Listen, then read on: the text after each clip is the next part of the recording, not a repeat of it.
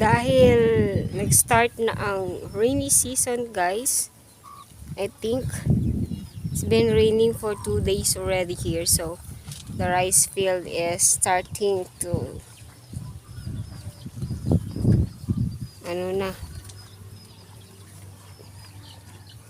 nag-start na silang magbungkal ng lupa sa rice field. So yan na, yan yung kalabaw. Shoo, yan yung kalabaw. Yan na siya. Palapit na siya dito. Atras tayo kasi baka sagasaan itong kalabaw na to. Laki ng kalabaw. Yan. See? Kalabaw siya.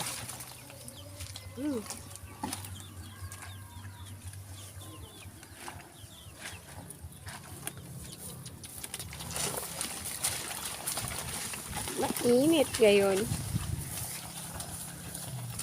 Kasi parang mga 3:30 pa lang ng hapon. So, yun. See. Nag-start na sila magbungkal ng lupa dito, guys.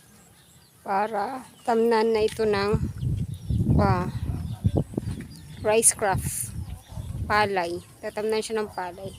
May mga manok pa nun dyan. So, yan. They started to dig the soil.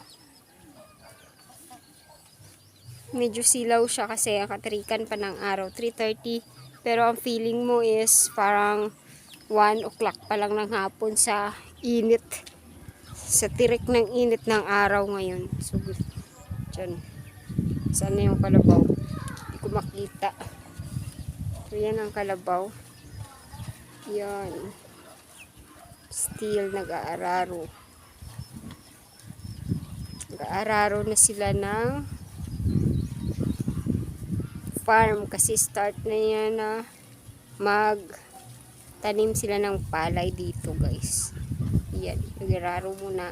Tapos niyan traktor, and then tapos ng traktor yan, may mga process paano sila magtanim ng palay, guys. So dalawa yan sila, dalawang buffalo, water buffalo. Yan, see,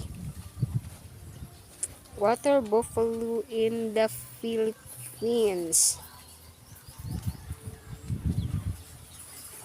Yan, ganyan, dyan sila. That's it.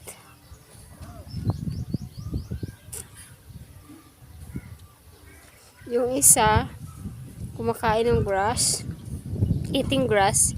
Yung isa naman, yun, nagbubungkal ng lupa. So ito is rice field ito. Tatamnan ng palay soon. May manok pa dyan, oh. May manok pang adobo. May manok pang adobo. Tsaka ito yung guava. May bunga na siya. Yan, oh, nag-iisa pa nga lang yung bunga niya. Yan. So, yun, oh, nag-iisa pa lang. Kasi maliit pa lang itong guava na ito. Ito, may naman siyang bunga. Yan. So, ito na yung kalabaw. Pupunta na siya dito. Yan. Kalabaw. Hello. Yan. Kalabaw.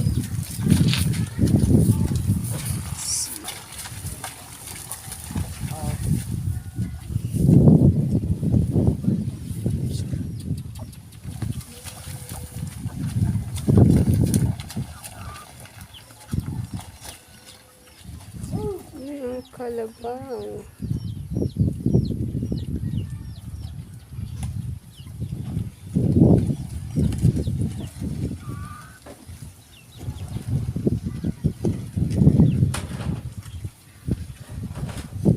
Kalabaw in the Philippines. So Carabao, Philippine Carabao, water buffalo, Carabao in the Philippines, Philippine Carabao Center. Mga tags. So ang hangin ngayon napaka-fresh. Tingnan mo naman yung aking tanim dito na this is guava, guys. Philippine guava. So mahangin siya, ganyan siya. mataas na siya. Medyo mataas-taas na siya. Yun. Saan yung kalabaw? Yun na.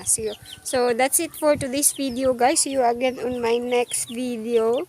This is Stupid Shay saying ingat lagi and God bless.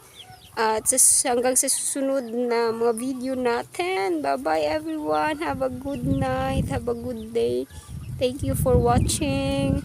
Please don't forget to subscribe to my channel and hit that all notification for more videos and notification to come to you. Thank you so much. Bye-bye.